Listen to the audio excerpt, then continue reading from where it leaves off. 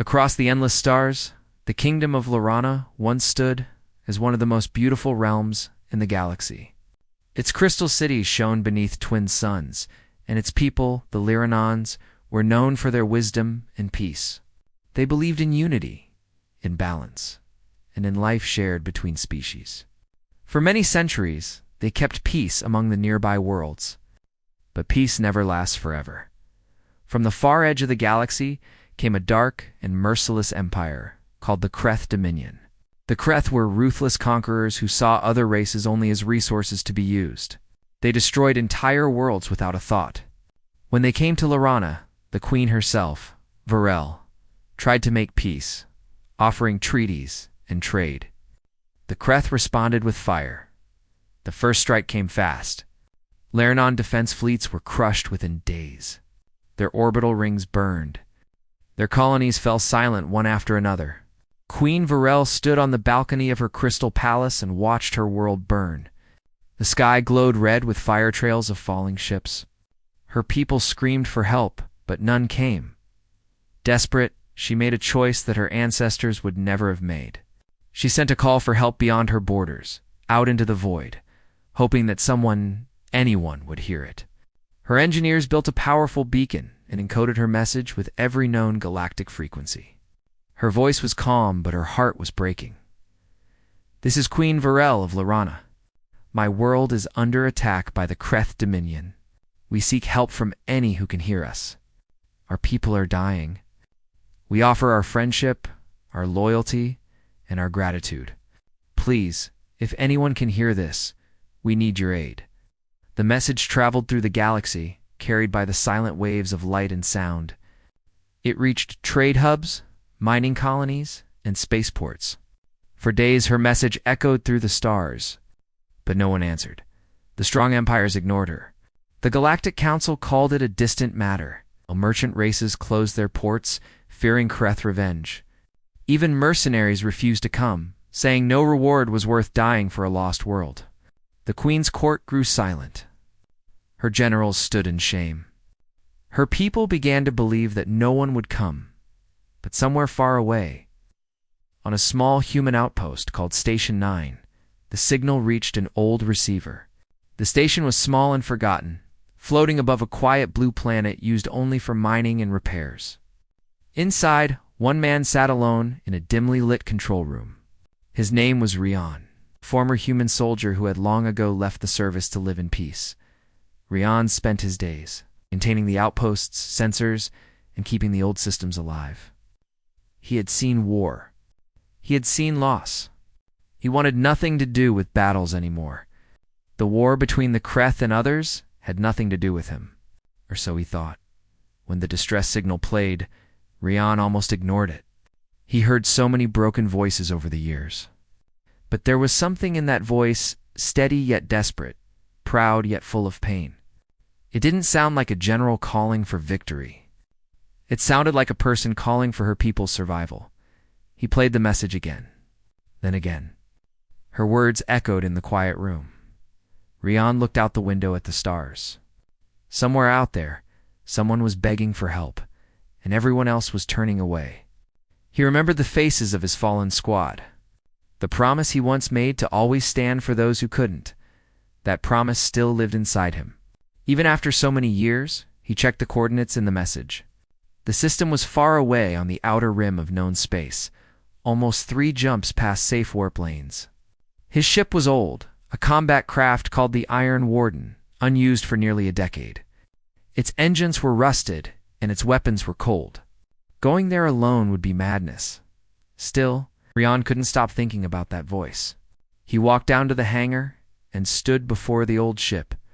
The hull was scratched and dull, but it still carried the scars of his old battles. He ran his hand along the side and smiled sadly. "Guess we might have one last flight left in us," he murmured. He spent the next 2 days repairing what he could. He replaced the fusion core, cleaned the plasma vents, and tested the navigation systems. The station's computer kept warning him that the ship's jump drive was unstable, but he didn't care. He wasn't going for victory. He was going because someone needed him. When the repairs were done, sent a message to the nearest human fleet relay, requesting backup and coordinates. The reply came hours later. It was short and cold. Request denied. Mission outside human jurisdiction. Do not engage. Rian stared at the message. He knew what it meant. No one was coming. Humanity, just like all others, had turned away. But that didn't mean he had to. He set the coordinates, locked the controls, and powered up the engines. As the ship rose from the hangar, dust scattered across the floor.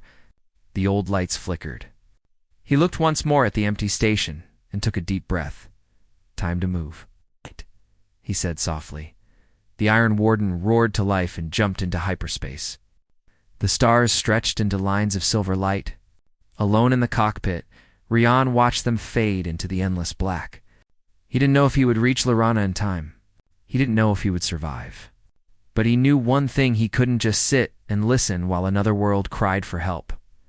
Meanwhile, back on Lorana, Queen Varel stood in the ruins of her palace. The enemy had reached the capital. Her guards fought with honor, but their numbers were too few. She had done everything she could, and her message had gone unanswered. She stood before the ancient statue of her ancestors and closed her eyes. Perhaps this is how our story ends, she whispered. Outside, the ground shook as the Kreth war engines advanced.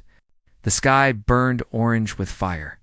But just before she turned away, one of her officers ran into the chamber. "My queen, the beacon, has detected movement," he said breathlessly. Varel looked up in disbelief. "From whom?" "Unidentified vessel. Human signature. Alone." The queen froze. A single ship? A human ship. Coming through the storm, she stared at the holodisplay as the signal grew stronger. It was small, old, and clearly damaged. But it was coming straight for Lorana. "Prepare to receive them," she ordered, her voice steady once again. "Whoever they are, they came when no one else did." High above the burning world, the Iron Warden dropped out of warp. Rian sat at the controls, his heart steady, his mind calm. The stars of Lorana's system glowed before him. Ahead lay a world under siege, and an entire race waiting for someone to stand for them. He reached for the comms and sent a message to the surface. "This is Rian of Earth," he said. "I received your call." On the surface, Queen Varel heard the message through the crackling static. For a moment she said nothing. Then she smiled weakly and whispered, "You heard me." Above the planet, the single human ship turned toward the burning horizon. Its engines flared, leaving trails of blue light behind. One human, one ship, answering the call of a dying world. In that moment, the fate of Lorana began to change. The Iron Warden moved through deep space like an ancient ghost. Its hull creaked under pressure, and its engines hummed with uneven rhythm. Rian sat in the pilot's chair, surrounded by glowing blue screens, showing his path through the dark.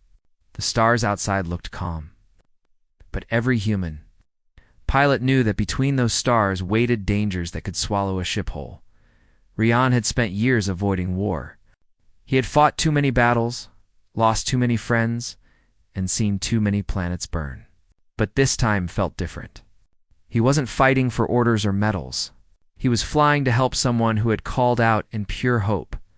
The first jump took him near the rim of human space, past forgotten mining worlds and empty trade stations. The ship's sensors detected no friendly signals, only echoes from distant suns. Rian's ship AI, an old program he called Mara, spoke through the speakers in a calm female voice. "Warning," Mara said. "Reactor efficiency down to 60%. Long-range jump may result in core instability." Adawan smiled slightly. "We'll manage." "You've kept me alive before." "Correction," Mara replied. "You kept me alive. I am only a collection of code." "Then we'll keep each other alive again," Rian said, and set the next jump coordinates. The ship entered hyperspace, and the stars turned into long silver lines. Inside the cockpit, Rian checked his supplies. He had ration bars for 10 days, one spare oxygen tank, and a few containers of recycled water. There was no backup crew, no escort, and no promise of return. He thought about Queen Varel's voice. He didn't know her face, her world, or her people, but her words had felt real. She didn't demand help like a ruler.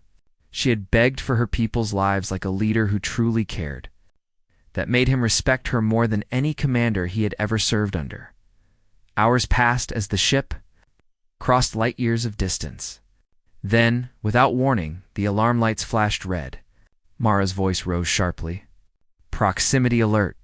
Multiple contacts approaching from the aft quadrant. Rian looked at the radar and cursed under his breath. 3 pirate ships were following him. They were small but fast, built to capture lonely travelers. Pirates often hunted around the outer systems where no law existed.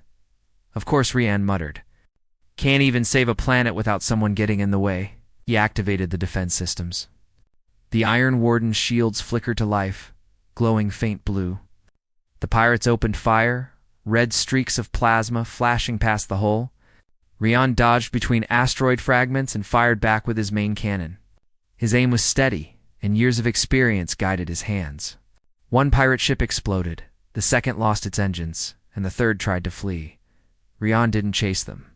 He wasn't there to fight for pride. He only wanted to keep moving forward. But the battle had damaged his jump drive, and he needed to repair it before the next warp. He landed on a small barren moon nearby. The ground was covered in gray dust, and the thin atmosphere barely supported his breathing suit. He stepped outside with a toolkit in hand, his boots sinking slightly into the dust. The stars above looked cold and endless. For hours he worked on the damaged panels and cooling pipes. His hands ached, but he didn't stop. The sound of tools striking metal echoed across the empty plain. He thought about the thousands of soldiers who once trusted him, about the battles where he was the last to leave the field. When the repairs were finally complete, he stood beside his ship and looked up. You better be worth saving, he said quietly to the distant stars, thinking of Lorana. Then he climbed back inside and resumed his journey. Days passed. He slept in short bursts, ate without appetite, and stayed alert through long nights. The ship crossed radiation belts and dark nebulae. Once, his navigation system failed, and he had to steer manually for almost 12 hours. Yet something inside him kept pushing forward. Each time he felt his strength fade, he played Queen Varel's message again. Her voice reminded him why he was out there. It was not about duty. It was about doing the right thing when no one else would. After a long silence, Mara spoke again. Captain, your route takes you close to the Veiled Sector. That region is unstable. Gravity storms may cause damage. I know, Rian answered. But it's the fastest path. Recommendation, Mara continued. Delay entry until system scan is complete. No time, Rian said firmly. If that world is still standing, it needs help now. He entered the Veiled Sector, and almost instantly the ship began to shake. Space distorted around them. Bright arcs of energy flashed across the screens. The ship groaned as the gravitational pull twisted the hull. Rian held the controls tightly, trying to steady the course. Mara, reroute power to stabilizers. He shouted, attempting, she replied. Power rerouted. Stabilizers holding at 40%. Tss. The ship tilted violently. A surge of light struck the right wing, melting part of the armor. Rian gritted his teeth and pulled the ship through. Finally, after endless minutes, the shaking stopped. The view cleared and ahead stretched a calm starfield. Rian leaned back, exhausted but alive. We made it, he whispered. Correction, Mara said calmly. We barely made it. Rian laughed softly. You're learning humor. The AI didn't reply, but one screen flickered with a small icon that looked almost like a smile. After the storm, Rian's ship drifted into a quiet system. He saw no signs of life, only a single dead world. Still, he took a moment to rest. As he sat in silence, his mind wandered back to Earth. He wondered if anyone there even knew what was happening beyond their borders. Humanity had grown cautious since the last war. They rarely helped others now, fearing new enemies. But to Rian, that wasn't what being human meant. Being human meant standing up even when it wasn't safe. It meant lending a hand even when no one else would. That was what separated them from the machines and the cold-hearted. Empire's Rian repaired the last few systems and prepared for his final jump. His coordinates now pointed directly toward the Lorana system. It would be a long jump through unknown space, and his ship might not survive another. Mara, he said, if the reactor fails, I want you to send my last transmission to any human relay in range. What message shall I send? She asked. Rian thought for a moment. Tell them I found someone worth fighting for. He pressed the jump button. The engines roared, and the stars blurred once more. Hours later, a shadow appeared ahead. At first it looked like dust, but then Rian realized it was a wreckage field. Thousands of broken ships floated silently, their metal hulls reflecting the weak light of a distant sun. He had entered the outer edge of the Lorana system. Mara, scan for signals, he ordered. Scanning complete, she said. Multiple distress beacons detected. Planetary defense grid offline. Enemy presence high. Rian stared at the screen. The readings showed chaos-burning cities, scattered ships, and no organized fleet. The planet below was dying. But among all that static, one clear signal stood out. It was faint, but steady. The Queen's beacon? She's still alive, he whispered. He took control of the ship and began his descent toward the planet. As the Iron Warden entered the upper atmosphere, he saw the destruction with his own eyes. The once green surface was scorched and dark. Fires burned across continents. Pieces of destroyed battleships fell through the clouds like meteors. Rian's heart tightened. He had seen worlds like this before, but it never got easier. Prepare landing sequence, said warning, Mara replied. Hostile activity detected near landing zone. Let them come, Rian said calmly. The ship descended through smoke and lightning. Below, the capital city of Lorana lay in ruins. The royal palace was still standing, though damaged. Defensive turrets fired weak blasts at enemy walkers approaching from the hills. Rian set the ship down on an open landing pad beside the palace. The moment the landing struts touched the ground, he grabbed his helmet and stepped toward the airlock. Through the window, he saw figures running toward his ship, Loranan guards in silver armor. Their faces were tired, but when they saw the human insignia on his ship, they stopped in shock. Rian opened the hatch and stepped out. The air was filled with smoke and dust. The guards raised their weapons but did not fire. One of them, taller than the rest, stepped forward. Who are you? The guard shouted. Name's Rian, he said. I'm from Earth. Your queen called for help. I came. The guards exchanged looks. For a moment, no one spoke. Then the lead guard lowered his weapon. Follow me, he said. The queen will want to see you. Rian followed them through the shattered palace gates. The halls were cracked and filled with wounded soldiers. Yet the spirit of the people had not died. They still stood at their posts, still guarded their queen. At the end of a long corridor, Queen Virel waited. Her robes were torn and her arm was bandaged, but her eyes still shone with strength. When she saw the human enter, she took a step forward, disbelief on her face. You came, she said softly. Rian nodded once. You called. Someone had to answer. The first time in many days, Queen Virel smiled. Then perhaps there is still hope. The sky rumbled with enemy fire, but for the first time, the queen felt something stronger than fear. A human had come, and the war for Lorana was about to change forever. The palace of Lorana stood like a wounded giant in the heart of a dying city. Smoke rose from its towers, and the air smelled of metal and ash. Every corner carried signs of battle walls cracked by explosions.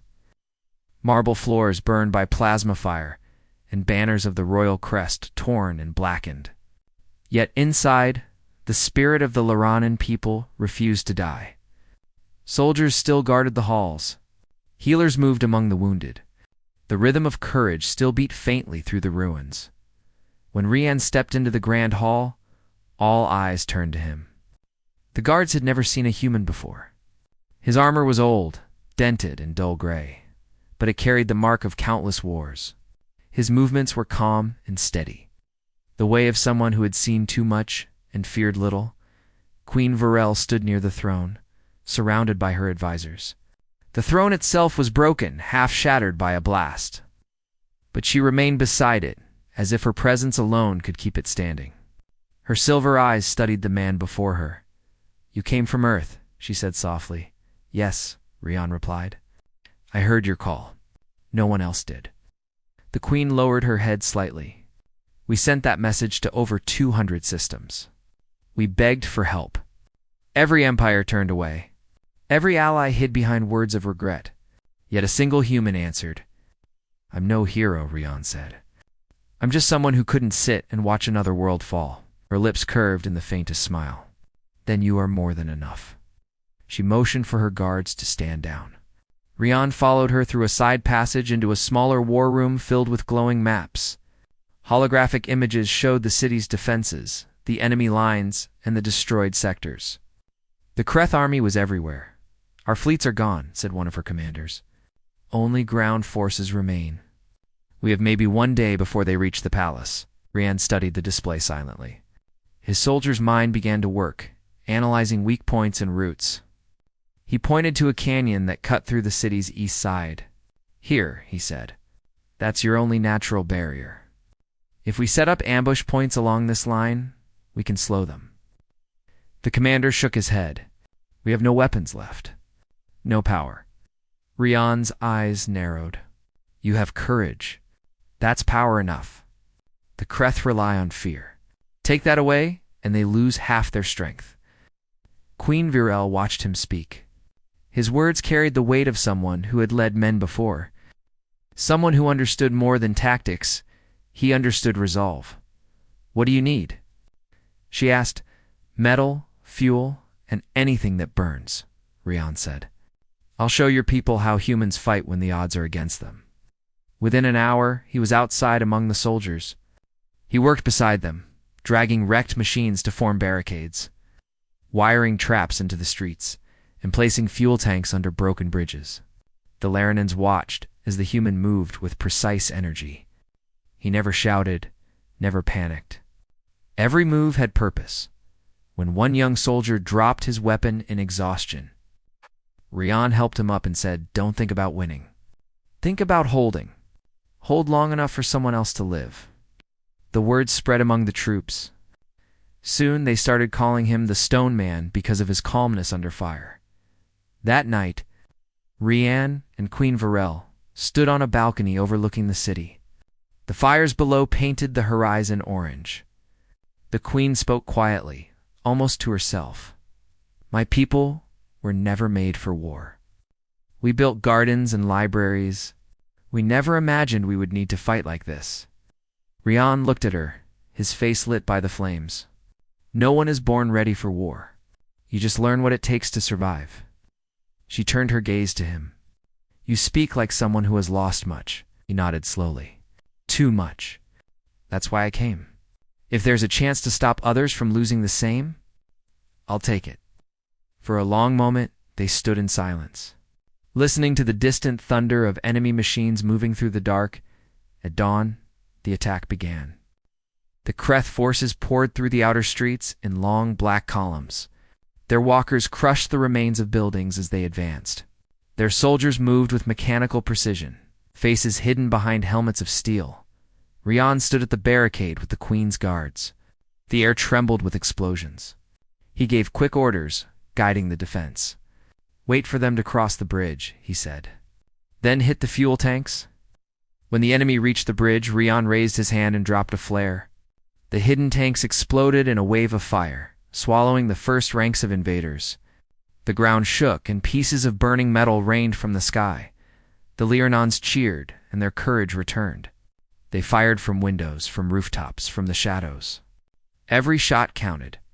Rian moved among them, shouting directions, repairing turrets, and carrying the wounded to safety. Hours passed, and the streets became a storm of noise and smoke. The Kreth tried again and again, but every time Rian's trap slowed them down. He used every trick he had learned in decades of fighting. When the ammunition ran low, he made the soldiers use broken armor plates as shields. When the power cells ran out, he built makeshift launchers from pipes. His creativity kept them alive, but even a great defense cannot last forever. By evening, the enemy broke through the outer ring. The remaining defenders retreated toward the palace. Rian ordered a fallback and stayed behind to cover their escape. He crouched behind a wall with his rifle, firing at advancing shadows. Each shot was measured. Each shot mattered. When his rifle overheated, he switched to a sidearm. When that ran out, he threw a grenade and ducked as the blast tore through the street. Finally, silence returned. He looked up and saw Queen Varel waiting at the palace gate. Her guards were forming a final line of defense. Rian limped toward her, covered in dust and smoke. "They'll come again," he said. "Yes," she replied, "and we'll stand again." He looked at her, surprised by the strength in her voice. "You sound like a soldier now." She smiled faintly. "Maybe your courage is contagious."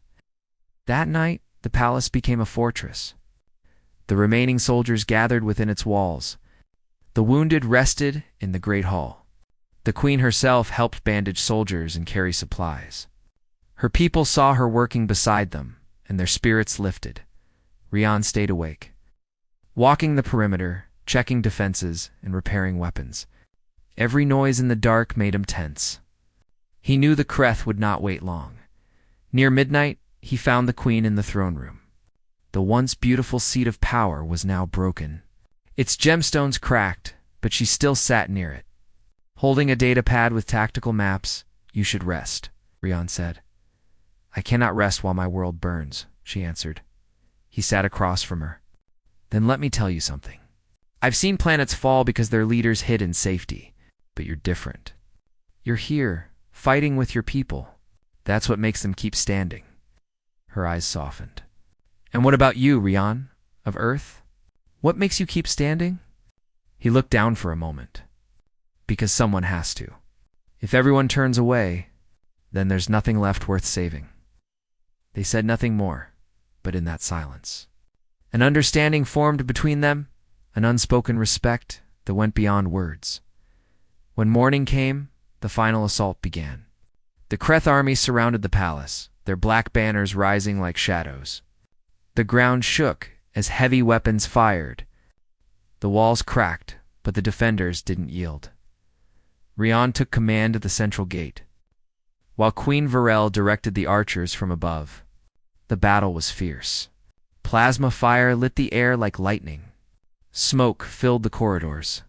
The enemy advanced step by step, but every inch cost them blood and metal. Rian fought like a storm. His armor was scorched, his visor cracked, but he never stopped moving.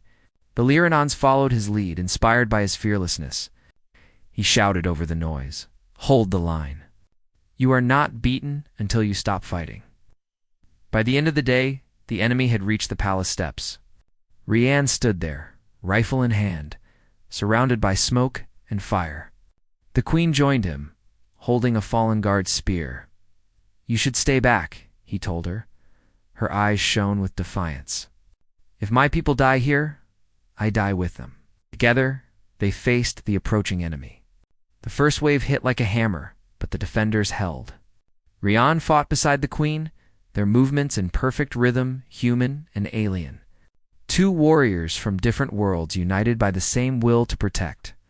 When the battle finally slowed, the courtyard was littered with wreckage. The palace still stood, though barely. The Kreth had withdrawn for now, but everyone knew they would return stronger. Rian leaned against a wall, breathing hard. The queen approached him. "You have given my people something I could not give them," she said. "What's that?" He asked. "Hope." Rian looked at her and nodded. "Hope can be a weapon too."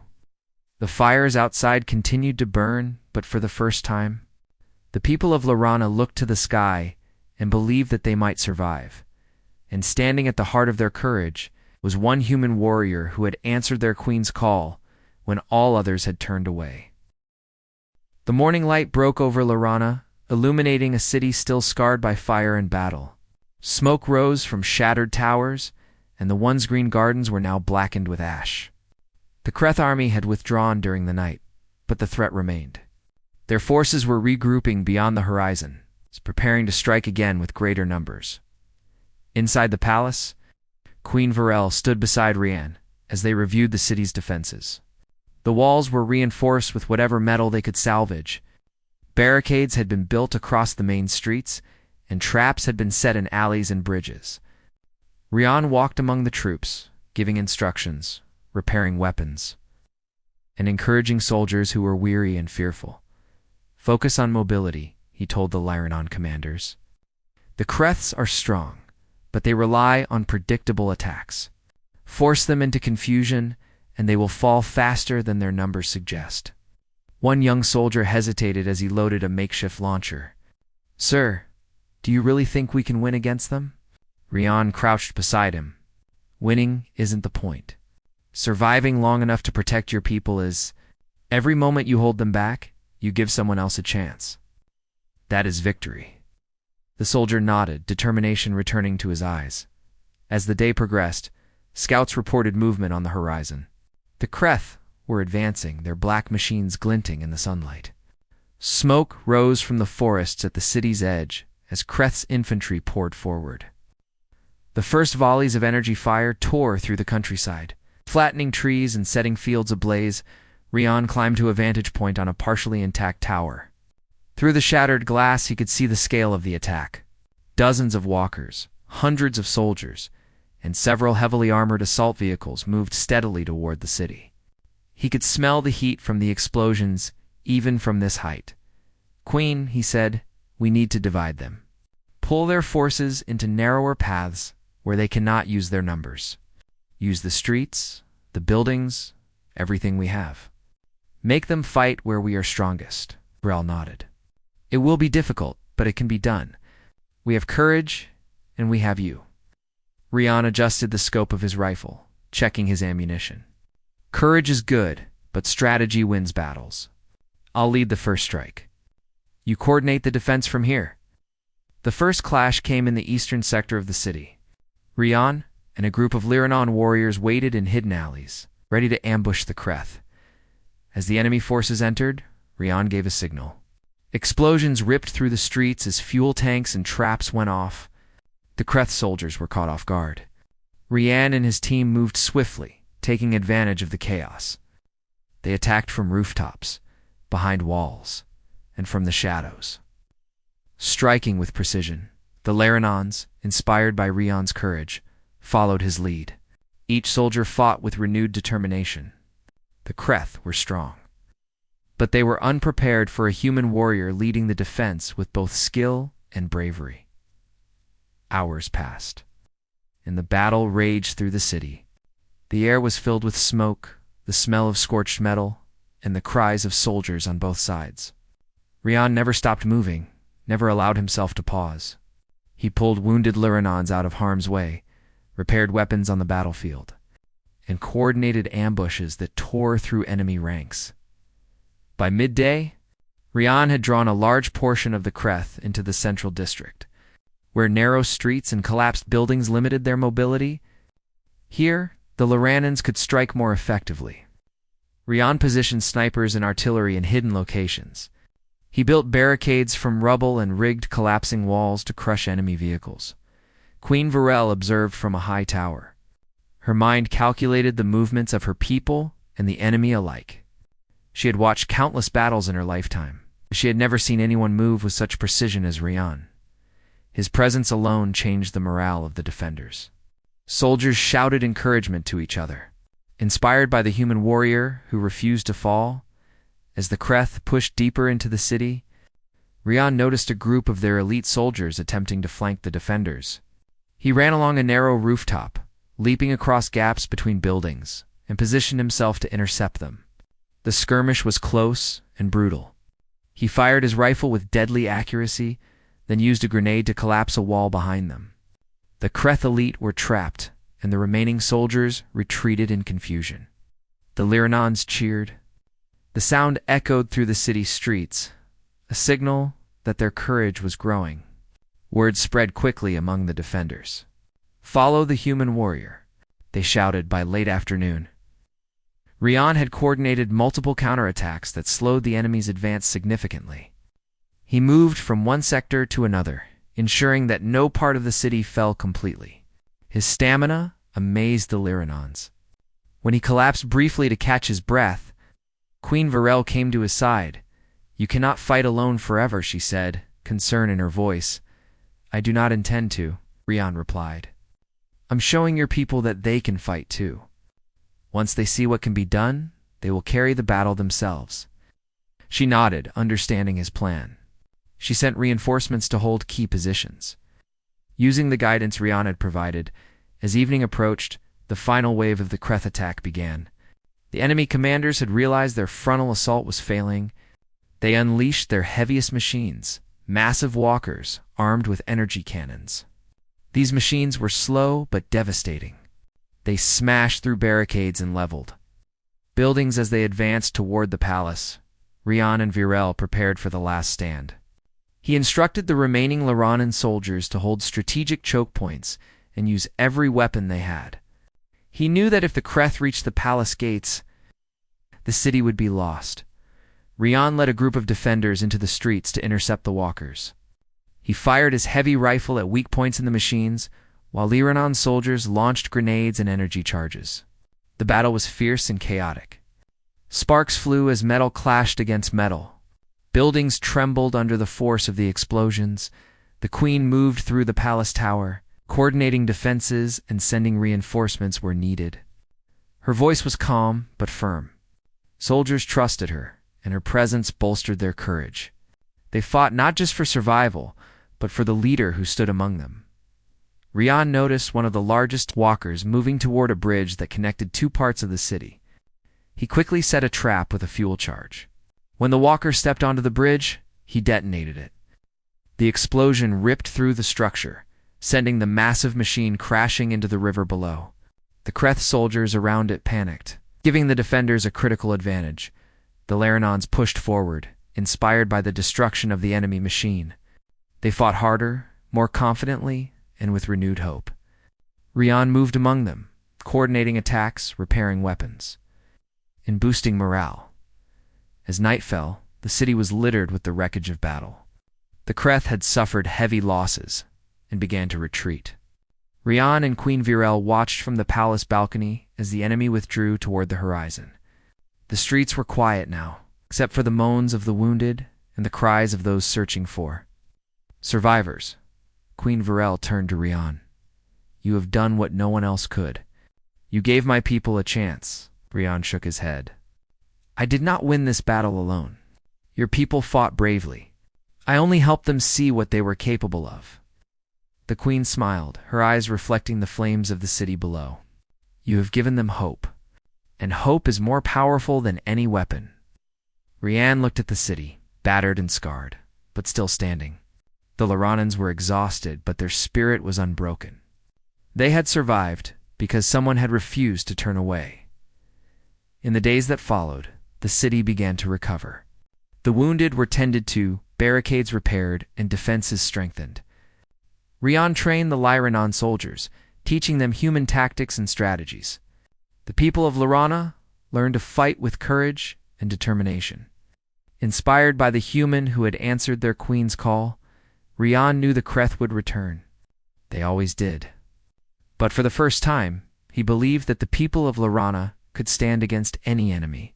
Together, human and Lyranon, they had shown that even when the odds are overwhelming, courage, determination, and hope could turn the tide of war. And so, as the fires of battle faded into smoke and silence, Rian prepared for the challenges to come. The war for Larana was far from over, but its defenders now had a champion and a plan. The human warrior who had arrived when all others had turned away had changed the course of history. The morning sun rose over Larana, casting pale light on the city still scarred from the recent battles. Smoke drifted from broken towers, and the air smelled of burnt metal and scorched earth. Though the city had survived the first waves of the Kreth assault, the enemy forces were regrouping. Intelligence reports showed that their numbers had grown. The next attack would be even stronger. Inside the palace, Queen Virel and Rian studied the maps. The streets, walls, and barricades had been repaired, but resources were limited. The human warrior had trained the Lyranon soldiers, teaching them strategies and tactics. They now moved with coordination and precision. Following Rian's guidance, this will be their largest attack yet, Rian said, his voice steady. They will come with everything they have. Our survival depends on using the city itself as a weapon. Brill nodded. Then we shall show them that courage is stronger than steel. We will fight together, human and Laranon. Adrian prepared his weapons and armor. The Iron Warden, though damaged in previous battles, had been repaired for one final mission. Its weapons were loaded, shields reinforced, and engines fueled for rapid maneuvers. Rian knew that he might not survive this fight, but he also knew that humanity had always stood when others could not. The first signs of the Kreth fleet appeared at the edge of the atmosphere. Massive warships blocked out the light of the sun as they descended toward the planet. Ground forces moved in long columns, ready to crush the city. Their walkers and assault machines advanced with brutal efficiency, destroying anything in their path. Rian climbed to the top of the palace tower. The city lay before him, streets full of defenders and barricades ready to funnel the enemy. He spoke to the soldiers through comms. Stay focused. Fight for your people. Hold your ground. Together, we are stronger than they believe. The battle began with a deafening roar. Energy fire lit the sky as Kreth ships bombarded the outer defenses. Their walkers crushed barricades and tore through buildings. But the Laranon soldiers, guided by Rian, held their positions. Every ambush, every trap, and every counterattack had been prepared for this moment. Rian led a strike team into the central district to intercept a group of Kreth assault walkers. He fired his heavy rifle with precision, targeting weak points in the machines. Laranon soldiers flanked the enemy, attacking from rooftops and behind barricades. Explosions ripped through the streets, sending sparks and debris into the air. Queen Varel coordinated reinforcements from the palace tower. Her voice was calm and commanding. She sent archers, artillery, and soldiers to the most critical points. The defenders moved like a single unit. Inspired by the human who had risked everything to reach them, hours passed and the battle raged without pause. Rian's team destroyed several Kreth machines, while the defenders held choke points and repelled waves of enemy infantry. The Kreth were relentless, but each loss demoralized them further. Rian spotted the enemy commander, Kreth general riding a massive warwalker. Its size and armor made it nearly unstoppable. He knew that defeating this commander was key to breaking the enemy's morale. Queen Varel, Rian called over the comms. We need to focus everything on that walker. It leads their forces. Varel nodded. Do what must be done. Rian gathered a squad of Laranon warriors and prepared a trap. They lured the warwalker toward a collapsed bridge that had been rigged with explosives. As the machine stepped onto the bridge, Rian activated the charges. The bridge collapsed, and the warwalker fell into the river below, its energy reactor exploding in a brilliant flash. The Kreth soldiers around it panicked. Their formations broke, and confusion spread through their ranks. The defenders pressed the advantage, pushing the enemy back step by step. Rian did not stop. He piloted the Iron Warden through the battlefield, targeting key enemy positions and coordinating the Laranon soldiers. He moved with skill and precision, striking fear into the enemy while boosting morale among the defenders. Despite the chaos, Rian remained calm. He treated every challenge as a problem to solve, every attack as an opportunity.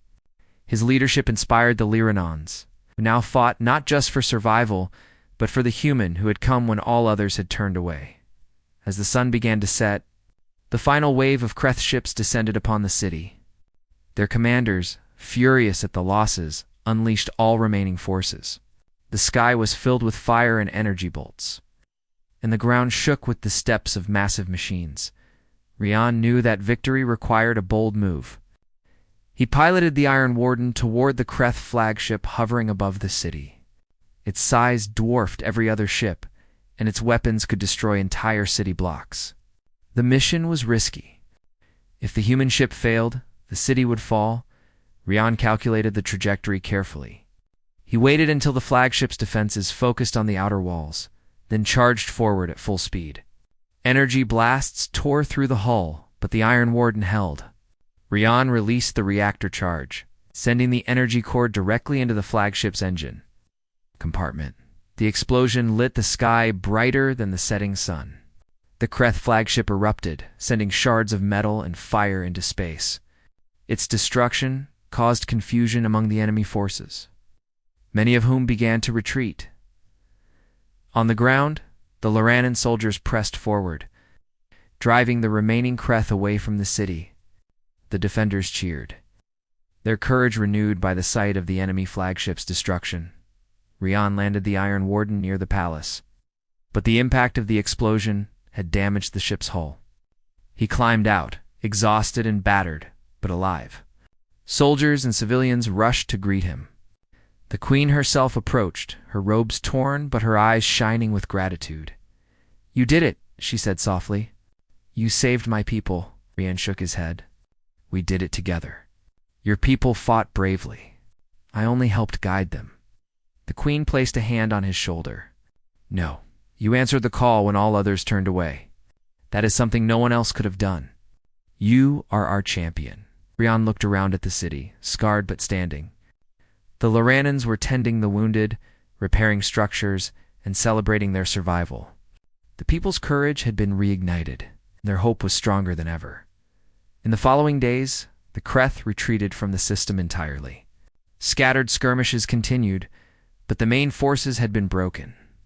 Lorana slowly began to rebuild. Rian helped train the next generation of defenders, ensuring that the city would never again be so vulnerable. The queen declared a day of remembrance for those who had fallen and for the human who had answered her call. Statues were erected, and songs were written in honor of Rian. His story spread across the galaxy, inspiring other races to see humanity not as conquerors or wanderers, but as beings who would stand when others turned away. Rian, however, remained humble. He continued to help rebuild, teach, and guide, but he never sought recognition. To him, the act of standing when others flee was reward enough. One evening, he stood with Queen Varel on a hill overlooking the city. The sun dipped below the horizon, casting golden light across the recovered streets. "You have changed our world," the queen said. "Not just by fighting, but by showing us what it means to have courage when all seems lost." Rian smiled faintly. "I only did what anyone should do." Someone had to answer. Varel nodded. "Then you will always be remembered. While all others turned away, you answered the call. That is a legacy that will never fade." Rian looked at the horizon, feeling the quiet wind of a world that had survived against all odds. His heart was calm. For the first time in many years, he felt that the galaxy was a little brighter, a little safer. The human warrior who had crossed countless light years to stand with the Lyranans had done more than fight. He had given a dying people hope, courage, and the knowledge that even one person could make a difference. And as the stars began to appear in the sky above Lorana, the legend of Rian spread far and wide, a story of bravery, selflessness, and the enduring power of one human who refused to turn away when the galaxy needed him most. The battle was over, but the spirit he inspired would last forever.